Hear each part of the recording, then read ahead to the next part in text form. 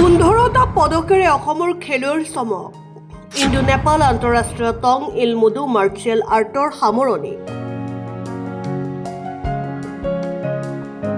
Punjab Tong ইলমুডু সন্থাৰ উদ্যোগত তথা ভাৰতীয় টং ইলমুডু সন্থাৰ অধীনত পাঞ্জাৱৰ অমৃতসৰত দেওবাৰে সামৰণি পৰে ইণ্ডো নেপাল আন্তঃৰাষ্ট্ৰীয় টং ইলমুডু মাৰ্চিয়েল আৰ্ট প্ৰতিযোগিতা।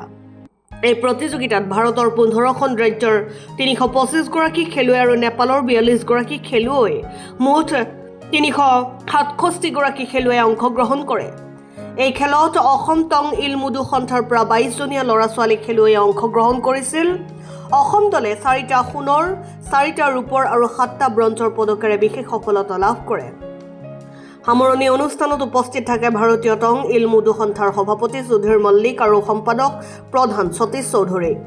সফলতা লাভ কৰা অসমৰ খেলুৱৈসকলক শুভেচ্ছা জ্ঞাপন কৰে অসম টং ইলমুডু সন্থাৰ সভাপতি চন্দন কুমাৰ নাথ, কাৰ্যকৰী সভাপতি পংকজ কুমাৰ দাস, উপসভাপতি পৰাগ চৌধুৰী, বিশ্ব হিন্দু পৰিষদৰ উত্তৰ পূব প্ৰান্তৰ সহকাৰী ধৰ্মপ্ৰচাৰ প্ৰমুখ অনুপ দাস, বিশ্ব হিন্দু পৰিষদৰ নলবাৰী জিলাৰ সম্পাদক ভাস্কৰ ডেকা, বজৰং দলৰ সংযোজক নয়ন তালুকদাৰ, অসম টং ইলমুডু সন্থাৰ উপদেষ্টা হলেন বাৰ্মা আৰু নিৰ্মল দাসে।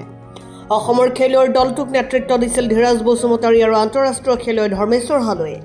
যোৱা 2-3-4 মে' তাৰিখত পাঞ্জাৱৰ অমৃতসৰ চহৰত ইণ্ডো নেপাল আন্তঃৰাষ্ট্ৰীয় টং ইলমুডু মাৰ্চেল আৰ্ট অনুষ্ঠিত হৈছিল। অসমৰ পৰা আমি 22জনীয়া ল'ৰা ছোৱালী খেলুৱৈ দলতে আহিছিলোঁ। আজি আটাইখিনি খেলুৱৈ ভাল প্ৰদৰ্শন কৰি 4টা সোণৰ পদক, 4টা ৰূপৰ পদক আৰু 7টা ব্ৰঞ্জৰ পদকেৰে অসমলৈ বিশেষ সুনাম কঢ়িয়াই আনিছে। আমি আটাইখিনি খেলুৱৈক অভিনন্দন জ্ঞাপন কৰিছোঁ অসম টং ইলমুডু সন্থাৰ তৰফৰ পৰা। আৰু ইয়াত আহি যিখিনি ল'ৰাই ভাল পৰিৱেশন কৰিলে, ভাল খেল কৰিলে, আমি আশা কৰিছোঁ অনাগত দিনত এই খেলুৱৈখিনি যেন আৰু ভৱিষ্যত আগবাঢ়ি যায়, ভাল খেল পৰিৱেশন কৰি আৰু এনেকৈ আমাৰ ভাৰত তথা অসমলৈ সুনাম কঢ়িয়াই আনিব পাৰে। News desk report Assam time.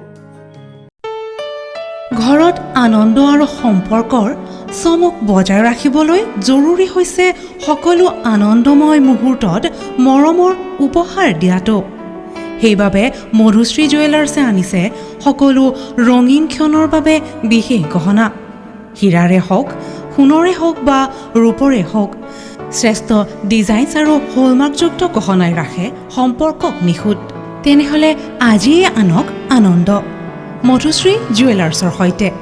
যোগাযোগ কৰক 7002800341 নাইবা ভিজিট কৰক LNB ৰোড, নলবাৰী, অসম।